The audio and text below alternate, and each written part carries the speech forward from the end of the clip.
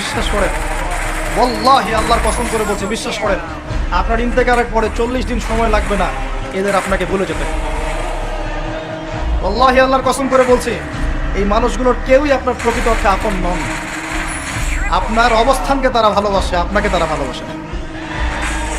আপনাকে শুধু আপনার রব আল্লাহ ভালোবাসেন, আপনি তার উপর তাওয়াক্কুল করে হারাম ছেড়ে দেন, আপনাকে আল্লাহ বেহিসাব কিছু দেবেন ইনশাআল্লাহ তাআলা। মানুষের অবস্থানকে মূল্যায়ন করে, আপনার পরে তারা আপনাকে মনে রাখবে না।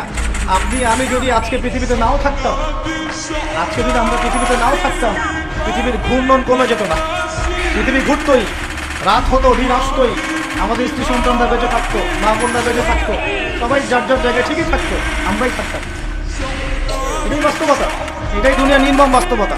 তাহলে এই দুনিয়ার সংক্ষিপ্ত জীবনে কাদের কথা চিন্তা করে আপনি আল্লাহর অবাধ্যতা করছেন? কাদের কথা চিন্তা করেন? স্ত্রী সন্তান পরিবার পরিজন ছেড়ে দেন, আল্লাহর ওয়াস্তে হারাম ছেড়ে দেন, হালালে চলে আসে। আমরা ইসলাম নিয়ে অনেক বড় বড় কথা বলি, কিন্তু সবচেয়ে বড় কথাটা হচ্ছে এই আয়াতটা, যেটা আমি তেলাওয়াত করতে যাচ্ছি। ইয়া আইয়ুহাল্লাযীনা আমানু, হে মুমিনগণ, আলাইকুম আনফুসাকুম, তোমরা নিজেরা আগে নিজেদের নফসটাকে ঠিক করো, নিজেরা ভালো হও, পরের দিকে আঙ্গুল পরে উঠাও। নিজেরা ঠিক হও, নিজে আগে জ্ঞান অর্জন করি, নিজে আগে আমল করি, নিজে আগে হালাল খাই, নিজে পরিবার ঠিক করি, নিজে আমি দ্বীন ইসলামের জন্য ক্ষুদ্র পরিসরে কিছু করার চেষ্টা করি, অন্যের ভুলের দিকে আঙ্গুল পরে উঠাই। দেখবেন ইনশাআল্লাহ